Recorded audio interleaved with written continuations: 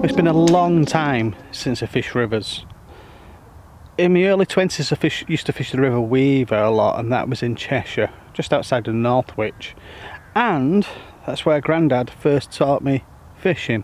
He used to fish on the river a lot, and the first thing he taught me years ago was to fish down the margins. Just look for slack water and keep to that principle, because trying to go out in the middle sometimes can be a bit of a pain, because you can also collect loads of debris that goes through the river and just wipes you out from time to time. You don't know what's going on down there, and that's what he used to always say to me. And I've never forgot that. He also told me some stories of my grandma. I used to go fishing with him as well, and many a time she fell into the water and you just see a little head bobbing up and down past him in the water. Yeah, hopefully that doesn't happen to Debs on this session, because she's already been close to going in once already. She's got a change from a little welly she's bought from Asda, black ones, into her boots now. She's got an old-fashioned conscience. In the river, you'll be closely following me. If she goes in the river, I'll be closely following. No, what? I'll be laughing. I won't be doing anything more but laughing. You, my dear, will be doing breaststroke.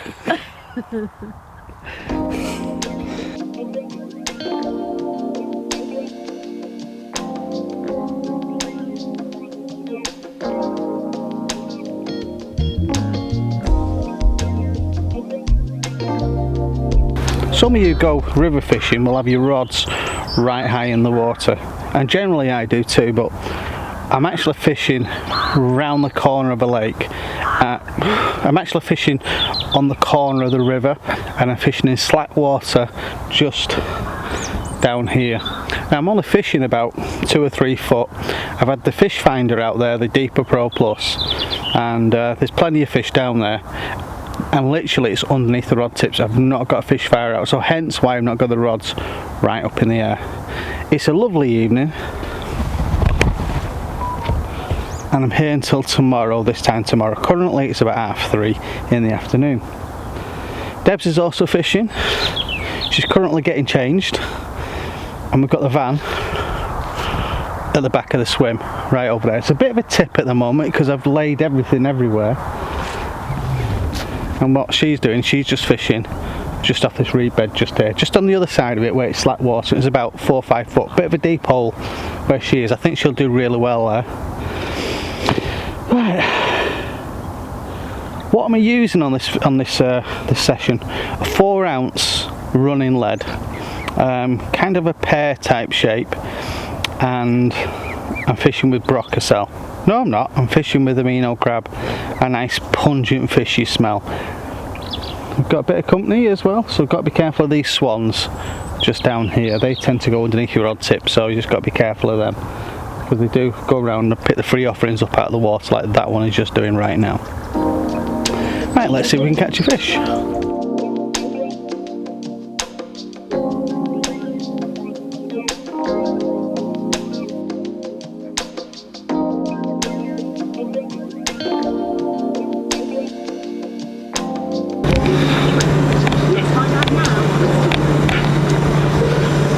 Night time, a bit of R&R, as you can see. Got the van on the go.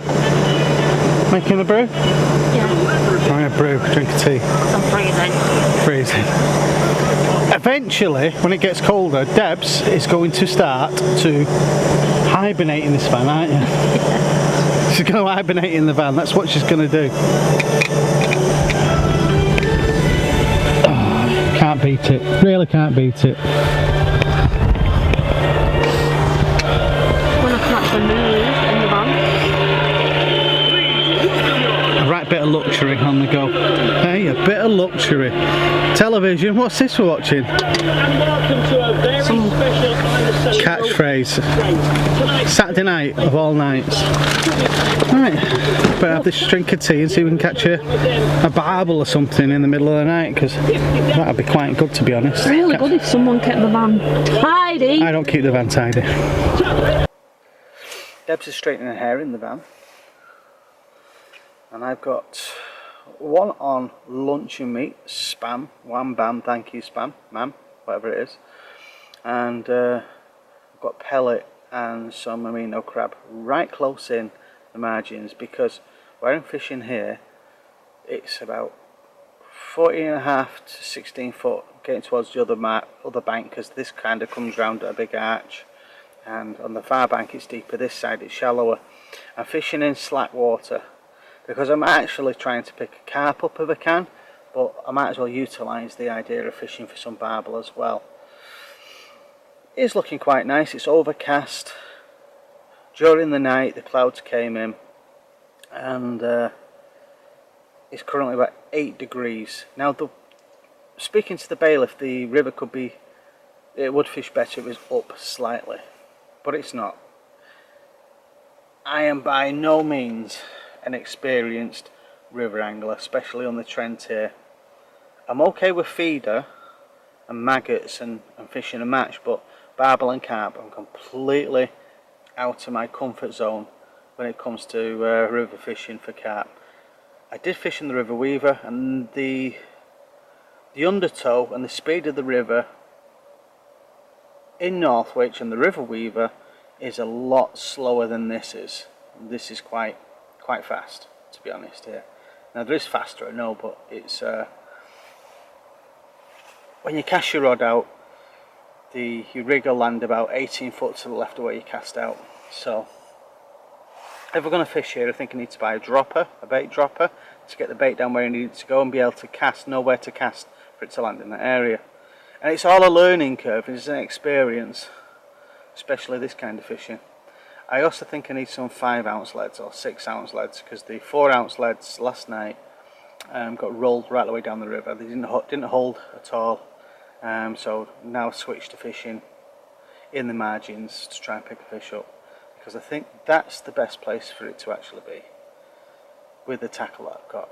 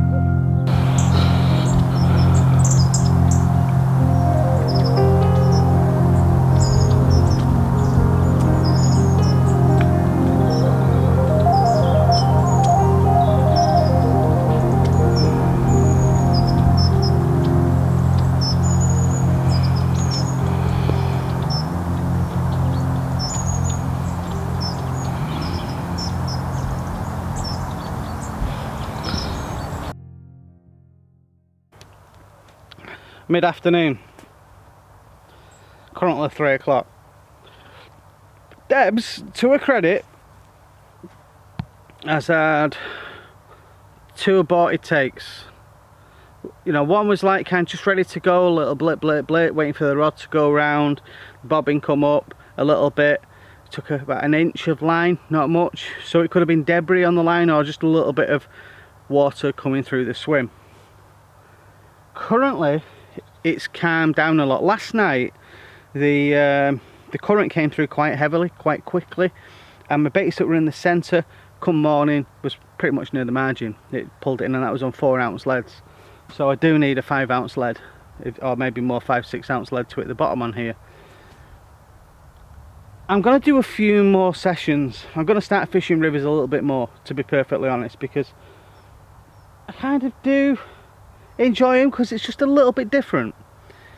It's not the same as fishing a lake or a pond or that kind of thing, you know. It's not the same. It's different kind of fishing. And yeah, you do get carp, so I am going for carp still. A big carp in a river plays a lot harder, and I have had carp out of the river weaver, as I've said before, and the river weaver and the 7 are the only fish I've fished to try and get carp out of. This river is a little bit different. Its dynamics of the river is a little bit different. Every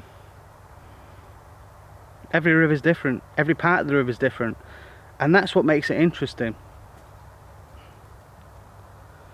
In the margins, I thought I'd seen some bubbling fish up, but when I went to the next swim and looked, this is the sand kind of bottom on here, on this river, just here, where I am here, on this bit here.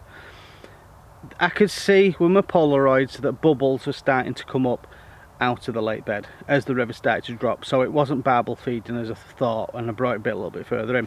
What I'm doing now for the last few hours is I've now got my rods right down like I'm fishing on a normal lake, not up in the air but down, because I'm only fishing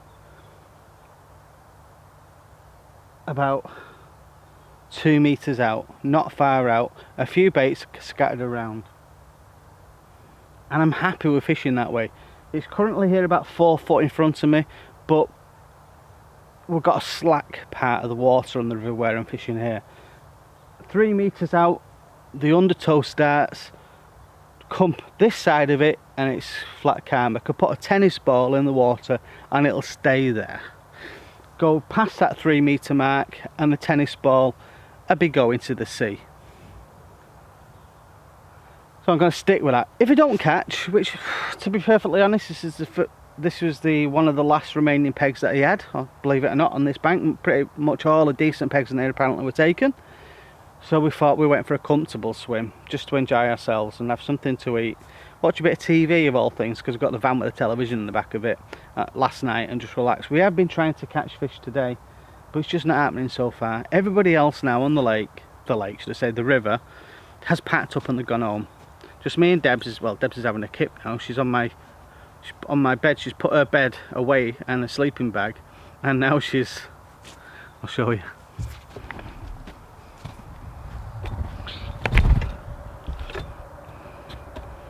I'm not asleep.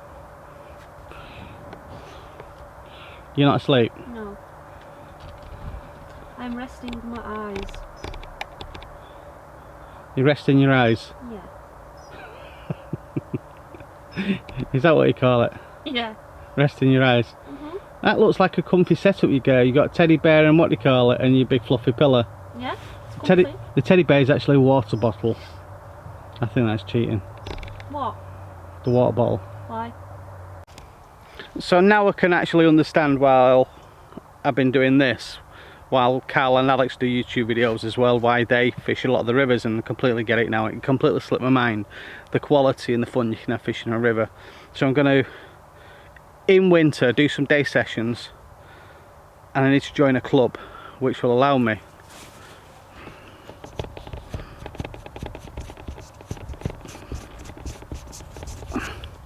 to do vlogs on rivers. It's a real concern for me now, because over the last 6 months since lockdown, there's been loads of syndicates and clubs and that kind of thing who have actually put blocks on vloggers and started to attack vloggers, and there seems to be a switch between companies doing vlogs and vloggers doing vlogs, but vloggers aren't meant to do vlogs. It's a bit of a strange one, that. Some of the comments I've seen, the people have hated them. Luckily enough for me, 85% of people enjoy watching vlogs, independent vlogs, and I'm going to carry on doing the vlogs because I enjoy them, and that's why I'm down on this river now, so I can get a vlog done. On a positive, the YouTube channel's doing a lot better now, which means that I'm getting more money coming in on adverts, which is going to pay for my fishing. But the downside of that is there's me and Debs who go fishing, so it's double the cost. So if we go to Peterborough and fish a lake there, yeah, £30 for 24 hours for me, and then we've got to pay £30 for Debs as well at 60 quid. It's an expensive 24 hours. I'm not being funny. I'm spending £60 on accommodation for the night. We're going having a nice meal and going to a hotel. We're not going fishing. Don't you agree, Debs? 60 quid fishing on the side of a lake, or do we spend the night in a nice hotel? 60 quid in a hotel. I'm not going holiday in. Well, she's not going out, so yeah, it's going to cost me 100 quid then, won't it? More. Yeah, we'll be going fishing. So, we've literally 3 hours in now, 3 hours left to go. And I just want a fish. I really just want a fish now.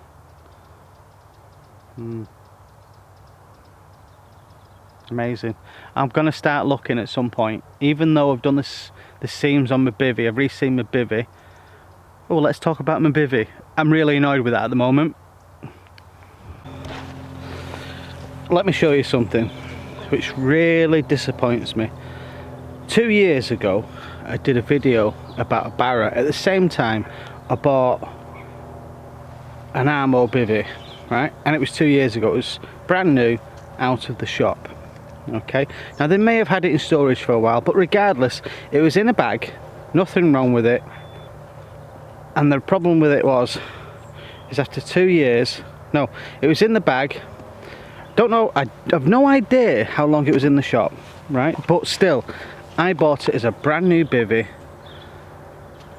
And here's my problem. Can you see the colour of that? Can you see that? And can you see this? That, this, that, this. Now I personally do not think that is by any means acceptable. Absolutely not acceptable.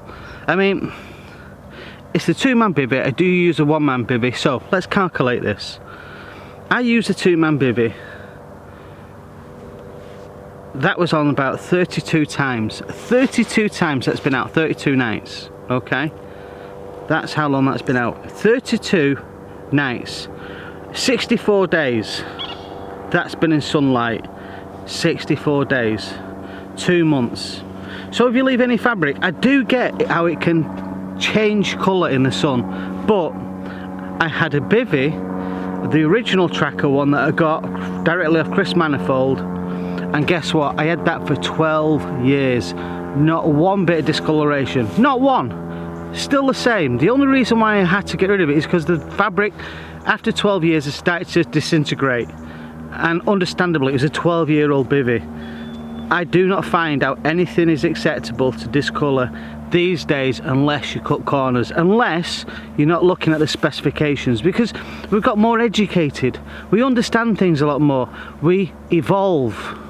But clearly one of the most expensive bivvies that you can buy has been done on the cheap. So that's the problem with the bivvy. Pretty much nailed what the problem is. I'm going to start looking. I've done some research. I've gone on Chasing Chunks again and had a look at that. And I've got nothing to do with Chasing Chunks. I've got my own, what do you call it, forum, which I don't really use that much, which is, guess what, Northwestern Fishing. I went on that Chasing Chunks and I asked the question, which is the best 2-man bivvy. There's a few that come to mind. The Sonic one was quite well received or reviewed by people. The Titan, I've had a 2-man Titan before. That was kind of cool as well, that worked. And I like the look of that, and they don't seem to fade in the sun. And also the Avid ones look quite nice and affordable. Now there's some other ones that are from China which I've looked at on eBay, but because I can't see any positive reviews on them, I won't touch them. And that's pretty much why people do reviews, independent reviews, because tackle company reviews or magazines like Carpology type of things will tell you everything's amazing because they're getting paid the dollar to do it. So maybe I'll edit that out, I don't know. But I think I'm going to use this one throughout winter now, and I'm going to try and save the pennies and I think I'm going to look at an ash 2-man. That's what I think I'm going to do, if I can. Just because it's higher and Debs keeps on smashing her head on the entrance of the tracker one. Don't you, babes? Yeah. Yeah, about 3 times she'll get a whack. But you've not done it this time, have you? No. No, but usually she does. Don't forget, comment below. Tell me what your thoughts are on bivvies, how you'd fish the river, which rivers you fish, and press that stupid icon that says subscribe, because that'll give you some notifications if you hit the bell icon as well, and you'll get emails say when this like Keith Lemon impersonating Ginger Freak we'll put more videos out. I'm not sure I would. Still no fish. Tried pretty much everything now. I've had the deeper out and checked the full scope of the lake. There's more fish on this side, in the shallower side of the lake, river. What am I talking about, lake? There's more fish on this side. It's just one of those sessions that, you know, I know other people have been catching this weekend, but for some strange reason I've not been able to catch. I struggle a little bit with that, and there's not a lot I can do about that. I've now started using PVA bags with fish meal type baits, fishing on a snowman, a longer hair. I'm holding the bottom now because I've come shorter, and just popping the bags around a little bit, trying to pick a fish up. Just any fish will do, but I don't seem to be picking anything up as it stands now. So this is the first part of the learning curve. I'm going to find out whether there's a club that I know locally where I can go and fish in the River Weaver again, and see whether they'll allow vlogs. If they'll allow vlogs, and that's Northwich Angling Club, I might join there, because they've got a couple of lakes which is perfect for vlogging, and I don't know why I've not thought about it, but I'll have to find out whether they can vlog on those waters. And this is becoming an increasing problem, trying to find places that I can vlog near my house which is acceptable to vlog.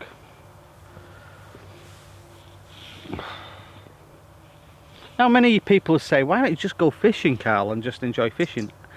I do, but I just enjoy doing this kind of stuff. It's enjoyable, and especially when you finish your session, you actually start fishing again when you get home editing it. I'm going to take more time as well this year to actually contact and speak to more vloggers and do some vlogs with other vloggers who do fishing, just to make it interesting. Definitely going to do that, I think, 100%.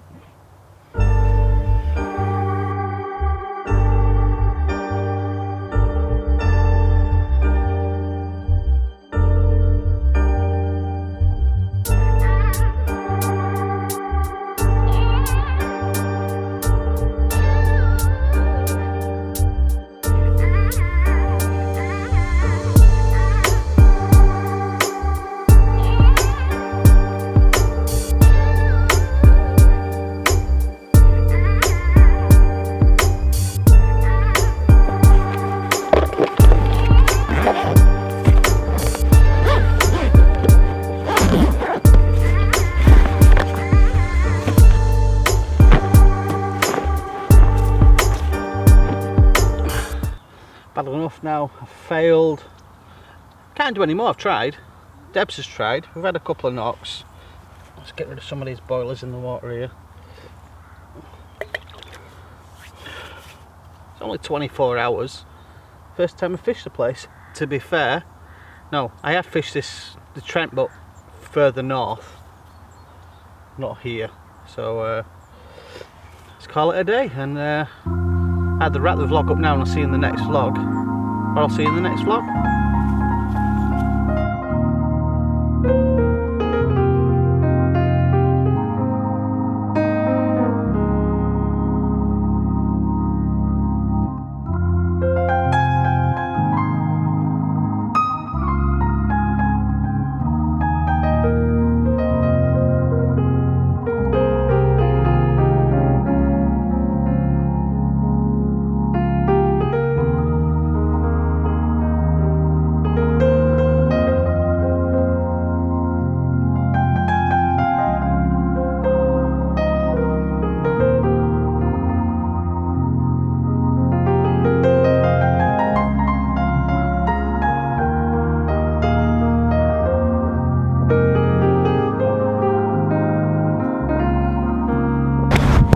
Different day, another peg further down on the Trent. This is like a big old river, as you can see. Look at that. Fantastic.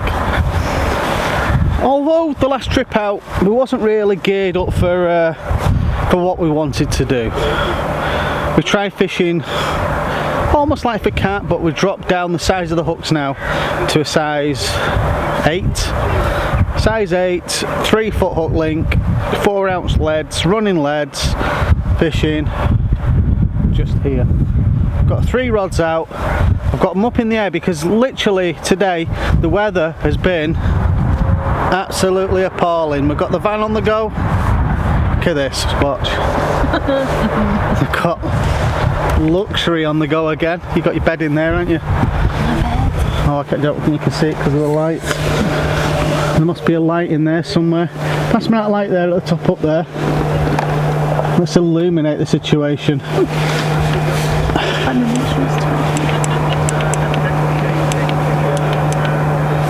You see?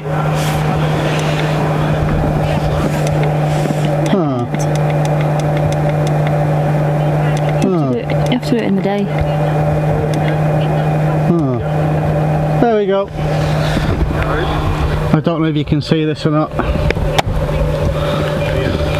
I'll have to do it in the day. We've got a full-on living accommodation, boudoir, with the telly on the go, the electric, the side area for preparing food on, that mess over there where all rigs and stuff are and bait is, and all this part down here as well, and the old clock. There's actually a barometer on that wall over there, but tomorrow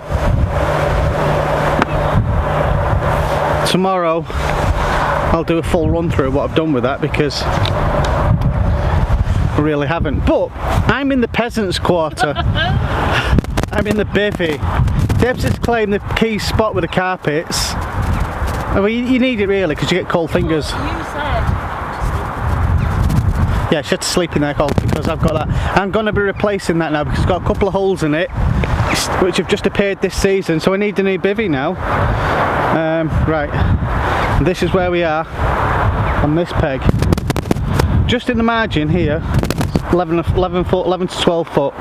Debs is fishing off that tree right there. 8 foot of water. She's got some pellet on the go. We've got a minnow crab, and she's fishing shorter rigs underneath the tree there. But because of the heavy rainfall, and we're expecting in the next few hours water to really push through. It's really high at the moment. It can go higher, and that's a good thing. The last time I was fishing on here, it wasn't really the perfect conditions for barbel fishing. But now we're going for barbel. Hopefully we'll get a barbel. If a carp comes along, all good and well, but last week I was trying to get a carp out of it. That's what I'm trying to do. But stormy old skies. Some really stormy skies above. But that's fishing, that's what it's all about. It's not about getting out in the sunshine. This is perfect conditions. Currently, looking at the barometer, it looks like it's ready for low pressure. It is low pressure, what am I talking about? So, happy days.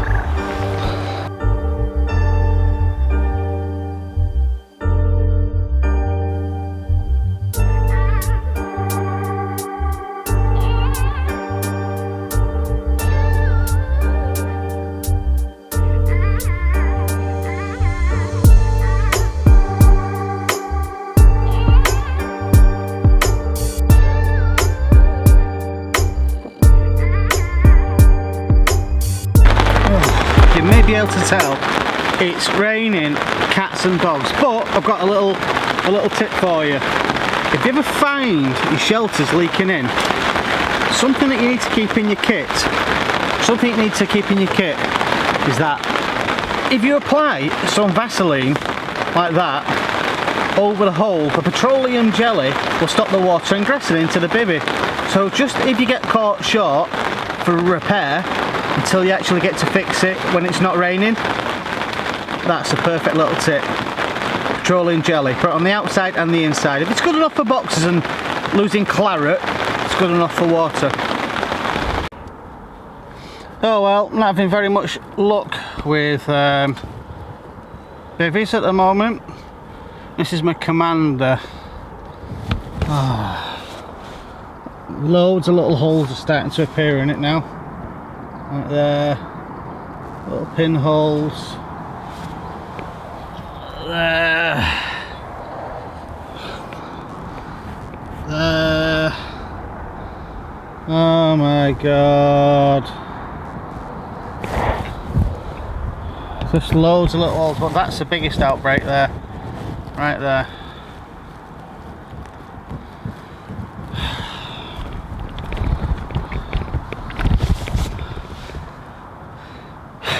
Bugger Bogner. I count on that when I woke up this morning. 1, 2, 3, 4, 5, 6, 7, 8, 9, 10, 11. 11 holes in total. I can't really be repairing that with loads of no, it's only going to get worse. When I'm actually looking closely now at what's happening, put my glasses on. When I look closely now, you can actually see the fabric is starting to deteriorate. That's another bivvy. Luckily enough, I didn't pay for this one. It was given to me as a return at ProLogic to try out and video and vlog on, but that one's starting to go now. There, see it? That one's going, and this one's 2-year-old as well. 2 bivvies, 2-year-old, starting to fall to bits. Now, I think some of the material used in modern day bivvies just don't. They look great, and ideally they look fantastic. A little bit of rubberized coating on the inside. This might be a one-off, but that is the second bivvy now. My original aqua one, my dome, was 22 years old, and that's never happened. And I got a Fox Classic one-man, so it looks like I'm gonna have to start using the Fox Classic with the overwrap while Deb stays in the van. 2 bivvies starting to deteriorate and get wrecked, and I haven't really used this one much.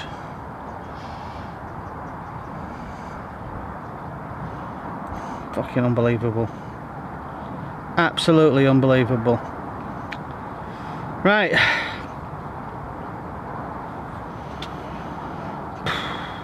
now I need a 1-man bivvy and a 2-man bivvy. I think I'll just get the one. I think I'll just try and get the I do fancy the Fast and Light from Aqua, because they've got a lot of Aqua gear. Regarding 2-man, I'm going to try and pick up a 2-man Titan from Nash, because I've not seen any bad reviews of that, so I think I'll do that. Bivvies are a real problem now, they really are.